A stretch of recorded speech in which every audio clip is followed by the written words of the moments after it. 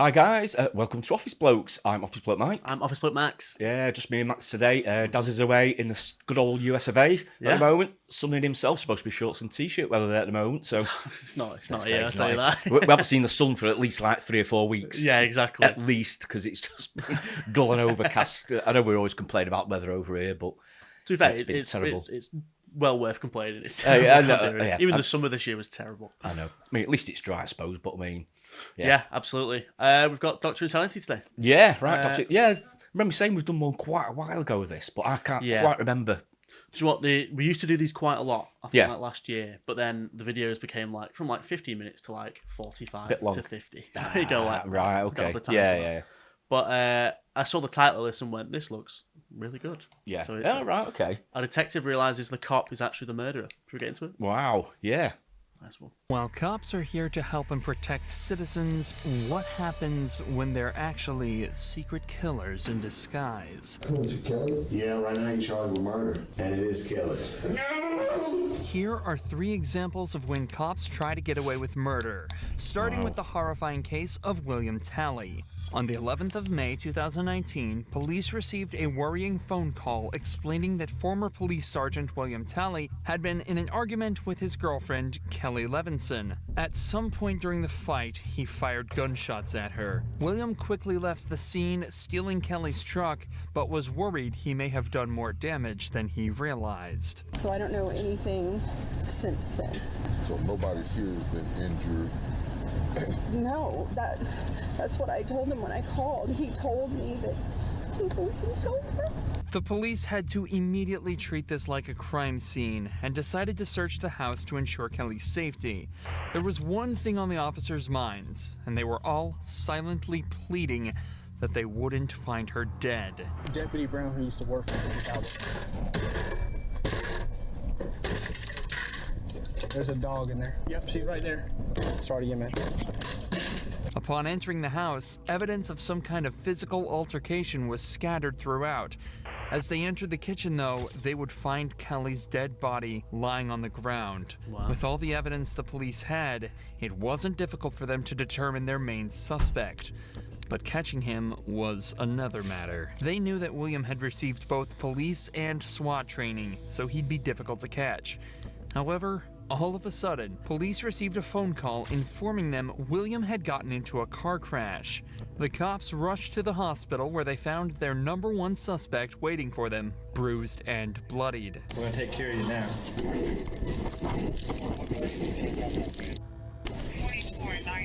Once William was battered discharged there, from the hospital, what a mess. he was immediately brought to an interrogation room where the investigation would truly begin. Can I ask what my charges are? Yeah, right now you're charged with murder.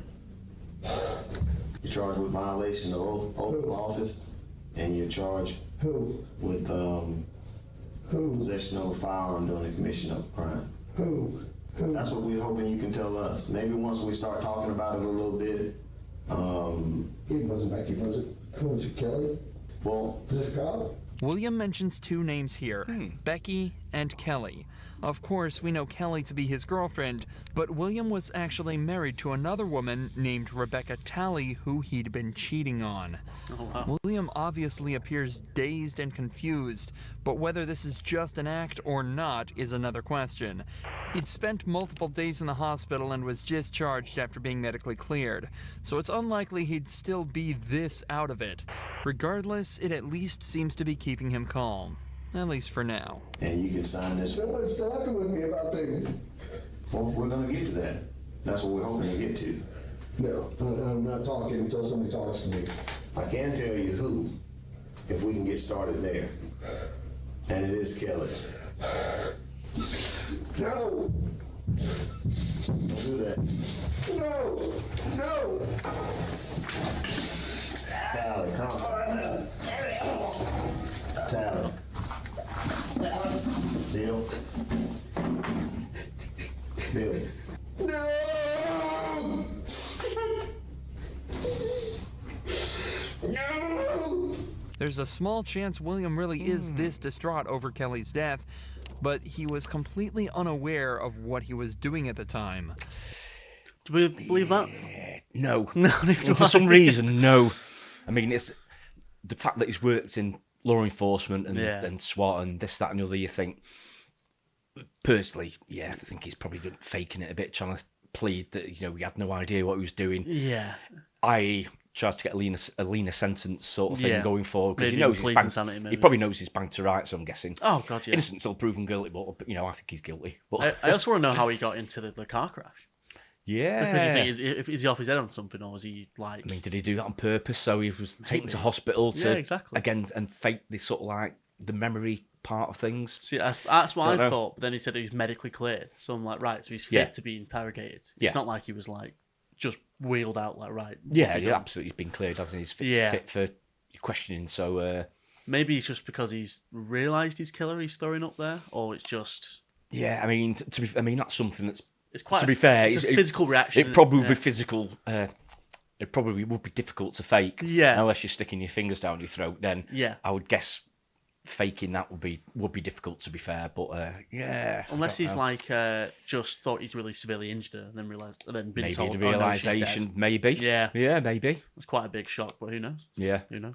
So it seems more likely that he's actually just using this as a guise to vent and scream about how his life is pretty much finished and over a small argument with his mistress. He's also likely frustrated that he got caught so easily. Remember, this is a man with SWAT and police training. He knows how to evade the cops, but almost instantly after going on the run, his plans were shut down in an incredibly unpredictable way. William manages to calm down while the detective talks to him, but only for a few short seconds. Here, let me get you the napkins. Bill, no. Stop, Bill. Relax. Bill, stop. It's all unnecessary, Bill. If you don't want to talk to us, that's fine, but let's not do this, okay? Okay? Just let's not do this. Who else to guard it? Right now you're hurting yourself. I don't care about me. Well, Who else got hurt? There's no one I else. keep hearing people whisper. Or whispers. Okay, well, what whispering do you hear? No, tell me the truth. Okay, there's no one else hurt, okay? What you're watching is a man who knows without a doubt that he's guilty, doing everything he can to try and find a way out. He's panicking, and the cops were probably extremely relieved when William finally asked for a lawyer and put an end to this dramatic interrogation. However, this obviously didn't help him at all, as the detectives already had all the evidence they needed to convict him, and William Talley was sentenced to life behind bars. Despite William being a local cop and even knowing some of the officers involved, this case was handled perfectly. A stark contrast to that of Matthew Boynton, whose case was so weird and corrupt that the cops ended up investigating a shooting that never even happened. You know you can't give a sworn statement and lie on it. Why would you do that, Matthew? On the 15th of April 2016, police found Jessica Boynton hidden in the closet of her home with a gunshot wound to the head and a police-issued firearm in her hand. The county sheriff reportedly ruled her dead at the scene, but there was a problem. Jessica was neither dead nor shot. After she was rushed to the hospital, the ER found no entrance wounds or bullets. Instead, they found evidence of a blunt force attack to the back of her head. This case is already incredibly confusing, but what's worse is that the police's #1 suspect, Matthew Boynton, told cops that he received a text from Jessica saying she was about to commit suicide. After rushing home, he heard 2 gunshots coming from the house and called the police. Matthew was taken to the police station and interrogated, but was caught lying about a vital piece of evidence. This is where we join the detectives as they try to unwrap this baffling web of lies. Do you recognize that bag? Yeah, it's that bag that Jessica let me use to put all my gym stuff in when we used to be together. Okay, so when's the last time you saw that bag? It's been a long time. Like I said, when I used to work out at, there's 2 gyms in Thomaston. I don't remember the name of it.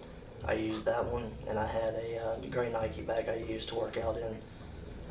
So I interchanged my stuff like protein drinks, powder shakes like pre-workout, workout shorts, pants, shoes, whatever. I'd put it in that bag or my Nike bag.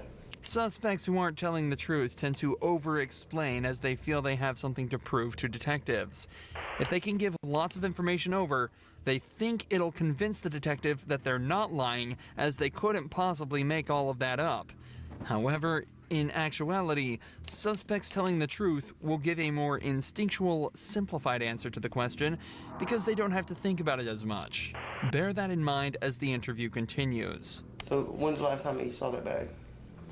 I mean, it's been a while. Like, I don't know an exact date. I don't know. I think my stepdad, he had it in the white trailer, and that's been a while. And he brought it, but I haven't been through it or anything. Put it in my storage thing in my house, which is like when you pull in the driveway. Mm-hmm. It's a little storage thing on the right.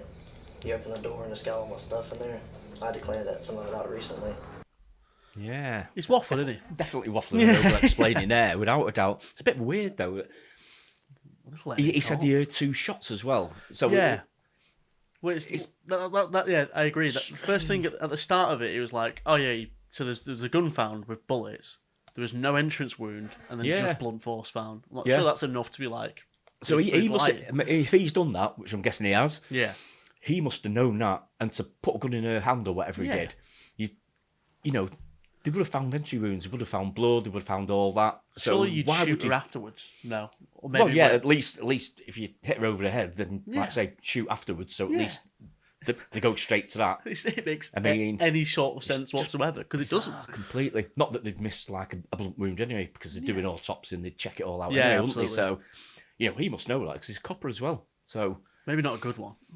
Yeah. He's not great, is he? No, and he's waffling as well. Yeah, he's definitely not convincing. That's for sure. Not at all.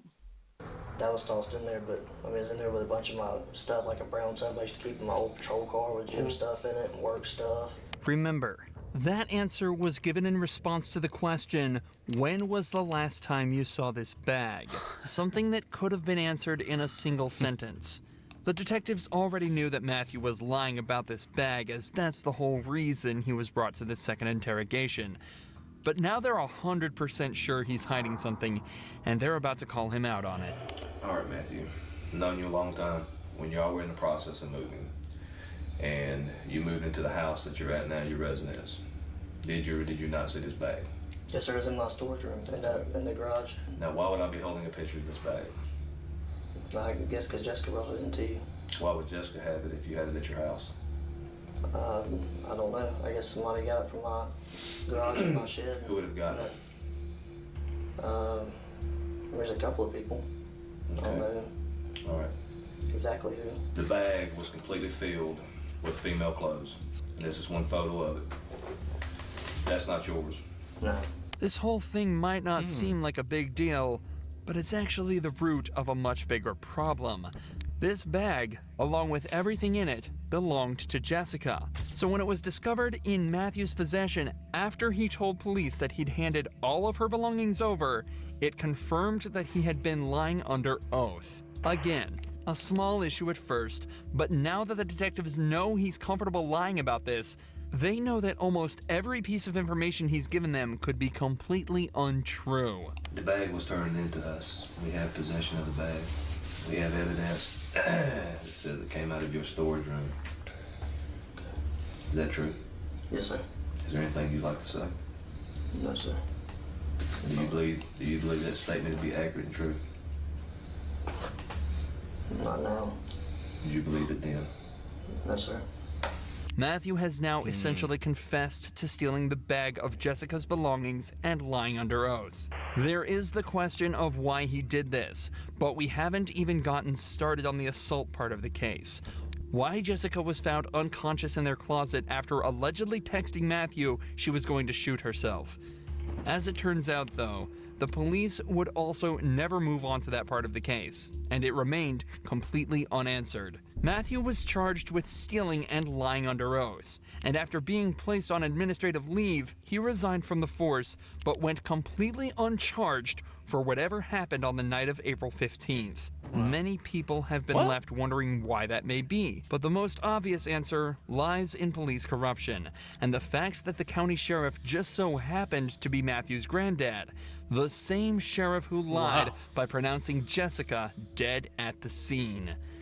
What's worse is that Jessica's head trauma left her without any memory of that night, so it's likely this case will remain unsolved forever. But people thought the same about the murder of Sherry.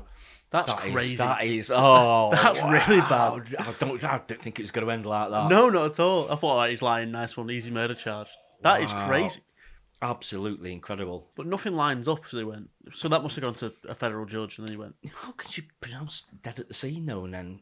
It must be knowing either he's rang him, either that Matthews rang his granddad and gone, listen, I've done this, so please help me. And then saw she was still alive and then pronounced her dead to not get her the medical treatment. Obviously, she's been whacked on the head, hasn't she? And man. But then what happened about the 2 gunshots that were heard? Is that just swept along? Just nothing's been done about that. Wow. It's quite handy that she can't remember anything as well, which is. I wouldn't say odd, because if you had a head trauma, it's entirely possible. True. So, but that's just the whole case is very, very odd. It's definitely corruption. Like it was said there. There's not enough pieces there that make sense. It's just not straight up case that at Absolutely. all. Exactly. Not at all. Sherry Wow. Rasmussen, which lay unsolved for 23 years before new information revealed that the culprit was actually one of the police force's best detectives. Now you're accusing me of this? Is that what you're saying?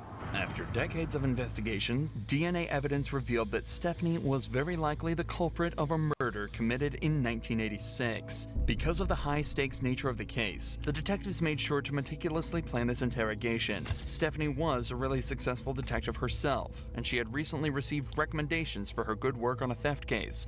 So the detectives used this and brought her in under the guise that they needed help with a case. I don't want to talk about this in the squadron because I don't know who people are listening. And if we go to my side, everybody's always wondering what everybody else is doing. Okay. An interrogation room is a strange place for such a conversation to take place, so to put her mind at ease, detectives told her this was the place they'd least be likely to be overheard, as the case details were strictly confidential. Sherry Rasmussen's body had been found at her home after being shot 3 times. At the time, police suspected the murder was a result of a burglary gone wrong, but the case went cold when they couldn't identify the suspect. However, 23 years later, when revisiting the case, detectives found evidence that led them towards Stephanie, a girl who had been trapped in a love triangle with Sherry and her husband, John Rutten. So the detectives decided to bring up John's name to see how she'd react. Were you guys friends, close friends? Yeah, we're very close friends. Yeah? I mean, what's this all about? It's a case we're working on and it involves John, and in there's notes and stuff that he knew you and stuff. Oh, yeah, I mean, we were good friends, lived in the dorms for 2 years. Was there ever any relationship or anything that developed between you guys? Yeah, I mean, we dated, you know, I mean, what's this all about? Well, it's relating to his wife. Both the detectives and Stephanie have tried to seem as friendly and relaxed as possible around each other, but Stephanie is obviously starting to get very anxious at this point. Even though the detectives gave a somewhat believable excuse, she is now in an interrogation room faced by 2 detectives being questioned about a girl she supposedly murdered 20 years earlier. Her breathing has become faster, and her language is defensive, and her movements have become more erratic. And you're right. I mean, if you guys are claiming that I'm a suspect, then, you know, I got a problem with, you know, with that. Okay. Okay? So, you know, if you're doing this as an interrogation, you're saying, hey, I'm a suspect. Well, now I got a problem with, you know, now you're accusing me of this? Is that what you're saying? Obviously, you know about all the DNA stuff and things of the nature that, you know, gets done on cases nowadays. You know, if we asked you for a DNA swab, would you be willing to give us one? Maybe. Because now I'm thinking I probably need to talk to a lawyer. Stephanie chooses to provide DNA evidence, hoping her willingness... Don't feel about that. I think it's quite obviously that she's got something to hide. Oh, I mean, absolutely, you can see her getting more nervous by the second, can't you? It's the fact she went, oh yeah, me and him were good friends. All right, we dated. All right, yeah, we're seeing her, yeah, blah, blah, blah. Yeah, we saw each other a lot. Yeah, oh, wow. It's amazing, this DNA thing, isn't it, from years and years and years ago, and they can go back and re-look at cases. When did it come in? Was it the 90s? I think it's more the 90s where it really, really took off, I think. But yeah, it's been incredible since I started doing that. Yeah. I was thinking, because they started talking about that John, 2 minutes into that interview. And Yeah, that's right. Skip to an hour in, and then still talking about him, and you can tell the difference in body language. And things like that. It's really she's saying grounded she down. needs a lawyer and stuff, and yeah, I think she's starting to feel the gravity of the situation here. Yeah. I think it's just becoming clear. I assume she goes down here, personally. You'd think so, but If I mean, there's going off DNA. the last one we just watched, Yeah, who knows? Her husband's in the actual sheriff, yeah. Yeah, exactly, yeah. Is to help out would ultimately prove her innocence. But unfortunately for her, just 5 minutes later, the detectives decide they've heard enough and put her in cuffs. Months later, after a long and arduous trial, a decision was made by the jury. We, the jury, in the above entitled action, find the defendant, Stephanie Eileen Lazarus, guilty of the crime of murder of Sherry Rasmussen. We further find the murder was of the first degree. After hiding it for 23 years, Stephanie Lazarus was finally found guilty of murder and sentenced to 27 years behind bars. If you enjoy true crime videos like this, wow, there we go then. Bang to rights. Scary video in terms of when it's police officers, because they're people that are supposed to protect you. Exactly, yeah. You never know how to feel. Yeah, some real different sort of like, one was sort of like, looked like he was banged to rights, completely got away with it. Then there's been one for 27 years where she has got away with it, but then got caught, It's a really interesting it's, video there in general. It's really good, actually. I like the way to break it down and explain everything's going on about it, short and sweet. Tell you get exactly straight what into you need the to know, details. and then, it happened, it didn't happen, or it did happen. Yeah, and the first guy, he was, mind you, we got found guilty anyway in the end, didn't he? But he was definitely trying to feign sort of like the for a SWAT I train, didn't know man. what was doing sort of thing, without a doubt. But, he's insane. Yeah, brilliant. Good video, that though. Yeah, really enjoyed it. Yeah, absolutely. Don't forget, everyone, like and subscribe, and we'll see you again on the next one. Cheers. Cheers.